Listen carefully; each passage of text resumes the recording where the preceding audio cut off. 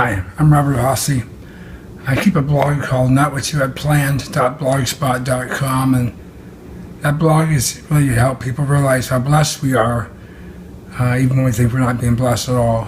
There are things around us that bless us constantly, but this video today is not for those people. This video is to help people who have been told that you're going to have a significant piece of your tongue removed, and that's coming your way quickly. And I want to encourage you to help you realize that it's not the end of the world. But I want to tell you what's happening with my story. I'm now 2 months post-op. I'll spare the details of my multiple surgeries, but my main surgery that took place was 2 months ago today. In that surgery, they removed the left half of my tongue. Literally, actually slightly more than the left half, and they took the left half out, and because so much was removed, they replaced it with the skin from my forearm. They took a large chunk of skin, they took it all the way down to the tendon, a nerve, as well as the artery and vein, all the way down to my elbow. And that piece was designed to be a flap, to rebuild my tongue, to give it some substance. So my right half of my tongue now is moving around tissue. My left half is not muscle. My right half is doing double duty. It looks fairly normal. It's the average person who may not notice, but it's fixed. But in that process, they did a number of things. They gave me a scar from here to here, about a quarter of my neck. They removed the lymph nodes on this side. They found out that the very top node was bursting forward with cancer. So because of that, I've had to go through chemo radiation. And thankfully, I'm 2/3 of the way through that process right now. I've got 11 more radiation sessions to go and 1 more chemo. They're pretty large doses of chemo, but anyway, so having that done. I also woke up with a tube coming out of my belly. I'll save you that, but it's called a PEG tube, PEG. A PEG tube, and that allows me to be fed. But when I woke up in the hospital, I couldn't breathe. I had a tracheotomy. I had a big apparatus here, and that allowed me to cough, choke, breathe, whatever the case was. And so between that, allowed me to have air, and then food going through this tube in my stomach, that's how I ate for a couple of weeks, and eventually I was able to start getting food through my mouth. I want to give you some updates on what's going on with me and what to expect. The chemo portion of this is pretty hard. I'm not going to say it's easy. It's different for everybody. A big piece of tip I'll give you is when they tell you to take your anti-nausea medications, stay on top of those, because keeping food down can be difficult. And when you get your food down, you start losing water, and you start to become hydrated, your whole system starts to shut down, so stay on top of those.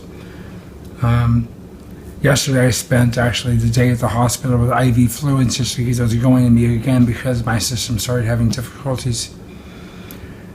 I'm losing my voice right now because of radiation. I was speaking better here just a week ago, but the radiation is building up, and it's like getting a bad sunburn over and over and over in the same spot. And that destruction of tissue, that process, hopefully will heal quite a bit. I'm a public speaker.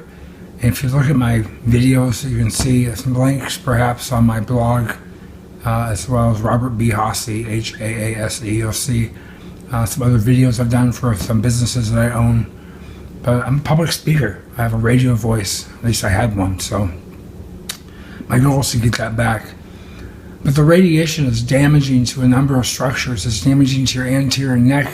You can see my tracheotomy scar right here. But that anterior part starts just to cinch up and become fibrosed and very leather-like. And so if I tip my head back, you can see this almost like a rock of my neck. And so they're going to give you some exercises to strengthen that. The therapist in me will tell you that's fine, but what you need to do is stretch them out. And that means you're going to put some fingers on a shortened muscle, laying your head back every day, and lengthen those tissues and get the length out of those so you have the ability to move. But that contraction, that pulling is very, very difficult. It makes it hard to swallow even. Normally when you swallow, you have an esophagus and a trachea that share the same throat. and a tracheotomy is for breathing. So when you breathe, it goes through the anterior pipe.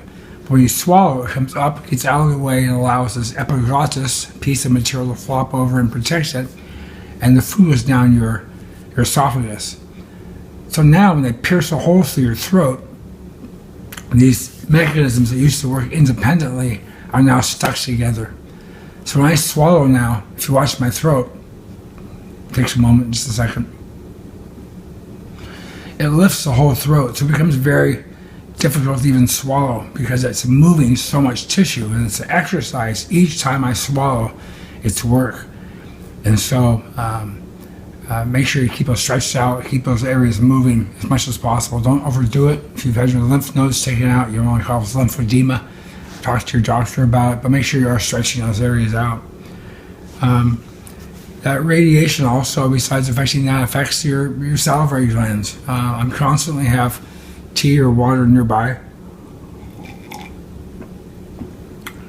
I joked about having a beer helmet put on so I can have these tubes coming down to drink constantly, but your saliva is so important. It's important for your teeth. There's arguments about whether you should use fluoride or not, but your saliva is what keeps us having strong teeth. When that stops, your teeth start to get softer. So your dentist should be making you fluoride trays. And yes, it's poison. It's a small amount, but lack of teeth and lack of nutrition in your body is even worse. So be careful and do some research on that. But you probably want to have some good quality trays made, and every day you've got to take care of your teeth because they become softer and become more brittle, and you can actually lose your teeth. So take good dental hygiene from that. So your saliva gets affected, production gets affected. I've talked to people who've actually had too much saliva made afterwards, or it's mucositis. It becomes even thicker, more like gum. It's hard for them to swallow. So it affects everyone slightly differently, but it does damage your saliva as well. My voice right now is hoarse from actually, not to be gross, but throwing up yesterday. It strained my throat quite a bit. But it's also been hoarse anyway, mostly from the radiation. And that radiation does affect the structures in there. I have sores all around my mouth. Actually, my tongue is my least painful issue right now. I've got still stitches in the very back holding the structures together. But there's sores in the tissues inside the mouth, and they hurt. And when you wake up in the middle of the night and your mouth is dry as paper, sadly, when you take a glass of water just to help rehydrate your mouth, it rehydrates your sores. So pain medications that I take right now in this process, we found the best way is to have a patch. So I have a patch, transdermal patch that gives me something slowly. Pain, it's a very small pain medication, but it never gets bad. Any additional pain meds can be taken on top of that, but it gets pretty painful, especially when you have a sore in your mouth. Imagine having many sores in your mouth. So that's going to be coming. Be prepared for that, and don't be afraid of taking pain meds as necessary. There's certain sounds I still cannot make very well. My K's are difficult. My G's, they come and go. Even to make a kiss, that noise, that puckering, sometimes has a loss of vacuum, and I can't even make that noise. So your sounds through inflammation that will come and go, inflammation in your throat, inflammation in your tongue, all those pieces will come and go. And so when you think you've got a certain amount of recovery, it may or may not be there because it will come and go on you. I should be done in about 2 more weeks of therapy, and I'm told it's going to be about a month before all the sores start dying back down. The biggest thing for me has been food. Besides the fact that chemo makes things taste like paper, or my friend says cardboard when she had hers, chemo takes away your flavor. Well, imagine eating paste without the minty smell. I mean, literally you have food with no flavor, and the brain often would gag based on that. You need to have flavor and textures and those kinds of things, so it's going to be hard to eat. the radiation has severely reduced all flavor in my mouth. And it used to be the first thing you're going to lose is sweet.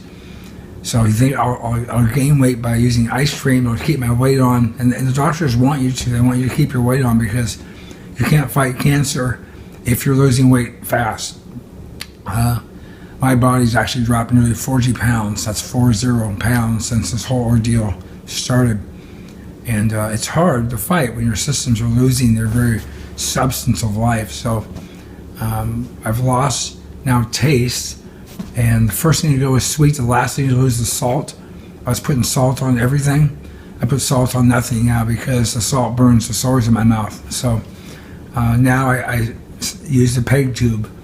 And the peg tube, I might show an overlay on the video of what the peg tube looks like during this video you're watching. But that peg tube is what we put syringes into.